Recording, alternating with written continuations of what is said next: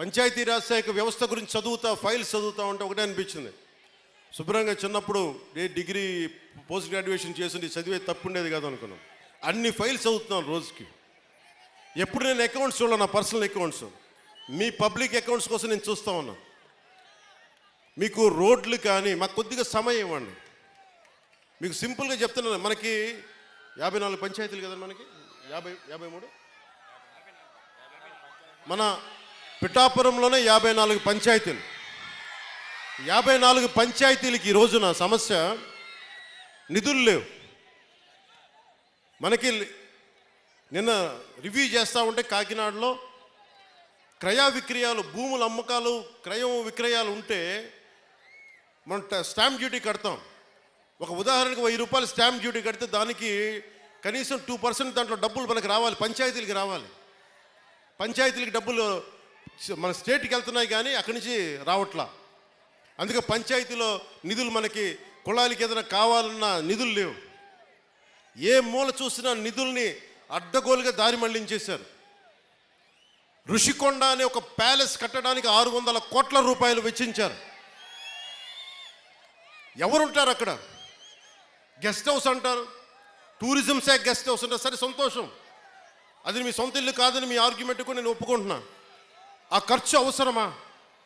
అదే ఖర్చు కనుక కనీసం ఒక 25 కోట్లు ఈ రోజున పిఠాపురం కానీ ఏ నియోజకవర్గంకి ఇచ్చినా రోడ్ల సమస్య తీరిపోయేది, నీటి సమస్య తీరిపోయేది.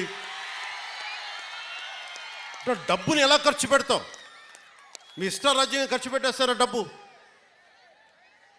30 లక్షలతో ఎవడన్నా సరే బాత్టబ్ పెట్టుకుంటాడు, ఎవడన్నా నేనే పెట్టుకున్నాయని. ఇన్ని కోట్లు సంపాదించేవాడు నేనే పెట్టుకోను. మొన్న నా క్యాంప్ ఆఫీస్ తీసుకెళ్ళి మీకు చెప్పండి సార్ ఎలా చేయమంటారు ఉన్నతాధికారులు అడిగితే నాకు ఏం వద్దండి, ఒక్క ఫర్నిచర్ మీరు కొనొద్దు, ప్రభుత్వం డబ్బులు వేస్ట్ చేయొద్దు. ఎందుకు వేస్ట్ చేయొద్దన్నానంటే నేను కనుక ఒక 10,000 రూపాయలకి ఫర్నిచర్ కొంటే ఆ 10,000 రూపాయలు ఒక ఉద్యోగి జీతానికి వెళ్ళిపోతుంది. మన సెక్రటేరియట్ నుంచి నా దగ్గరికి వచ్చి మీరు అసెంబ్లీ సెషన్స్ వెళ్ళినందుకు దాదాపు మీకు 31,000 రూపాయలు మీకు రావాలి, సంతకాలు పెట్టండి అంటే, నేను నా పంచాయతీరాజ్ శాఖలో నిధులు లేవు, నేను అలా డబ్బులు తీసుకుంటాను, నాకు వద్దు. నేను చదివిస్తున్నాను, దీన్ని రెలింక్విష్ చేస్తున్నా. 30,000 నేను వదిలేస్తే ఒక ప్రభుత్వ ఉద్యోగికో ఒక కానిస్టేబుల్కో జీతాలకు వెళ్ళిపోతుంది. అంటే ఇంత బాధ్యతగా ఉండాలి అని నేను ముందుకెళ్తున్నా. నా ముందున్న చాలా బాధ్యతలు ఇచ్చారు మీరు. ఇందాక సాగునీటి గురించి చెప్పాను చాలాసార్లు. వర్మ గారు, కృష్ణంరాజు గారు, మన జనసేన నాయకులు అందరూ కూడా నా దృష్టికి తీసుకొచ్చింది ఏలేరు శుద్ధగడ్డ ఆధునీకరణ. ఈ దాదాపు పెద్దాపురం నియోజకవర్గం నుంచి కూడా దీనికి ఫలితం ఉంటుంది. దీనిని ముందుకు తీసుకెళ్ళి నాకు కొద్దిగా సమయం కావాలి ఇది హ్యాండిల్ చేయడానికి, దీన్ని ముందుకు తీసుకెళ్ళడానికి. నిన్న అధికారులతోటి సమీక్షలో మాట్లాడాను. అలాగే పురోహితిక దేవాలయం అమ్మవారిని కేంద్రంగా చేసుకొని, పిఠాపురాన్ని ఆధ్యాత్మిక కేంద్రంగా చేసుకొని టెంపుల్ సర్క్యూట్, టెంపుల్ టూరిజంని డెవలప్ చేస్తాను. మొన్నే అడగండి, ప్రధానమంత్రి గారిని కలిశారు. ప్రధానమంత్రి గారిని కలిస్తే ప్రసాద్ స్కీమ్ కింద దాదాపు మనకు 100 కోట్ల నిధులు వస్తే ఆ నిధులు టెంపుల్ పెట్టడం వల్ల చాలా ఎంప్లాయ్మెంట్ వస్తుంది. ఈయన అదే పంపించాను.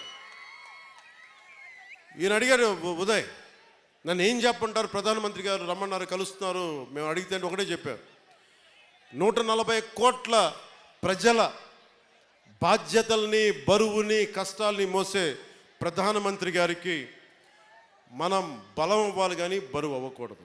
అదే చెప్పాను ప్రధానమంత్రి గారికి. అలాగే మనకి కానీ మళ్ళీ ఆ తర్వాత ఏం జరిగింది? ఆ ఇన్సిడెంట్ జరిగిన 10 రోజుల తర్వాత, ఆ ఇన్సిడెంట్ జరిగిన 10 రోజుల తర్వాత, అంటే మే 23వ తారీఖున ఎమ్మెల్యే అక్కడికి వెళ్ళి హత్యాయత్నం చేశాడట. అదే పోలింగ్ బూత్లో హత్యాయత్నం చేశాడంట. ఎవడన్నా బుద్ధునోడు ఎవడన్నా నమ్మదానికి ఉందయ్యా? ఎవడన్నా ఎమ్మెల్యే అనేవాడు అక్కడికి పోయినప్పుడు వాళ్ళు చేస్తూ ఉన్న రిగ్గింగు, ఎమ్మెల్యే దానికి అడ్డుకునే కార్యక్రమం చేస్తూ ఉంటే ఎమ్మెల్యే అక్కడికి పోయి ఎమ్మెల్యే హత్యాయతనం చేస్తాడా? చెప్పడానికైనా హద్దు పొద్దు ఉండాలి కదా. 10 రోజుల తర్వాత ఎమ్మెల్యే హత్యాయతనం చేసాడని చెప్పి కేసు పెడతారు 10 రోజుల తర్వాత. ఇప్పుడు నిజంగానే అటువంటి ఇన్సిడెంట్ జరిగిందంటే సిట్టు 17వ తారీఖు నుంచి మే 17వ తారీఖు నుంచి 20వ తారీఖు లోపల మధ్యలో ఇచ్చిన రిపోర్ట్లో ఆ సిట్లో అది చెప్పాలి కదా, ఇట్లా జరిగింది, ఎమ్మెల్యే అనే వ్యక్తి హత్యాయతనం చేసే కార్యక్రమం చేశాడు అని చెప్పి రావాలి కదా. మరి ఎందుకు సిట్ రిపోర్ట్లో రాలేదు? ఈ రకంగా ఒక మనిషిని కేవలం 4 సార్లు ఎమ్మెల్యే తాను 2000 కన్సిస్టెంట్గా 4 సార్లు ఎమ్మెల్యే గెలిచాడు. 2009లో గెలిచాడు, 2011లో గెలిచాడు, 2014లో గెలిచాడు, 2019లో గెలిచాడు. ఒక మనిషి కన్సిస్టెంట్గా 4 సార్లు ఎమ్మెల్యేగా గెలుస్తూ వస్తున్నాడు అని అంటే ఆ మనిషి మంచోడు కాబట్టే గెలుస్తూ వచ్చాడు, ఆ మనిషి మంచోడు కాబట్టే ప్రజలు ఆశీర్వదిస్తూ వచ్చారు. అటువంటి వ్యక్తిని తీసుకొని వచ్చి తప్పుడు కేసులలో ఈ మాదిరిగా బిగించడం ఎంత మటుకు ధర్మం? ఈరోజు ఒక్క రామకృష్ణారెడ్డి ఒక్క పరిస్థితే కాదు, రాష్ట్ర వ్యాప్తంగా ప్రతి గ్రామంలోనూ కూడా ఇదే కార్యక్రమాలు జరుగుతూ ఉన్నాయి. ప్రతి ఒక్కరూ కూడా వాళ్ళ స్థాయిలో రెడ్ బుక్స్ అని చెప్పి రెడ్ బుక్లు పెట్టుకొని ఉన్నారు. చంద్రబాబు నాయుడు స్థాయిలో చంద్రబాబు నాయుడు ఒక రెడ్ బుక్, లోకేష్ స్థాయిలో లోకేష్ ఒక రెడ్ బుక్, ఎమ్మెల్యే స్థాయిలో ఎమ్మెల్యే ఒక రెడ్ బుక్, మండల స్థాయిలో మండల నాయకుడు ఒక రెడ్ బుక్, గ్రామ స్థాయిలో గ్రామంలో ఇంకో రెడ్ బుక్, గ్రామ స్థాయిలో ఇంకో నాయకుడు, గ్రామ స్థాయిలో ఇంకో రెడ్ బుక్లలో పెట్టుకొని ఏం చేస్తూ ఉన్నారు? అతి దారుణంగా అన్యాయంగా ఆస్తులు ధ్వంసం చేస్తూ ఉన్నారు. రాష్ట్రం మొత్తం దాన్ని చూస్తూ ఉంది, కానీ ఎవడు మాట్లాడడం లేదు. దొంగ కేసులు పెడతా ఉన్నారు, పోలీసులు ప్రేక్షక పాత్ర పోషిస్తూ ఉన్నారు. దొంగ కేసులు పెడతా ఉన్నారు, వాళ్ళే కొడతారు, మన ఇటువైపున కేసులు పెడతా ఉన్నారు. రాష్ట్రం మొత్తం ఇది చూస్తూ ఉంది. చీని చెట్లు నరికేస్తూ ఉన్నారు, ఆస్తులు ధ్వంసం చేస్తూ ఉన్నారు, కనిపిస్తూ ఉంది.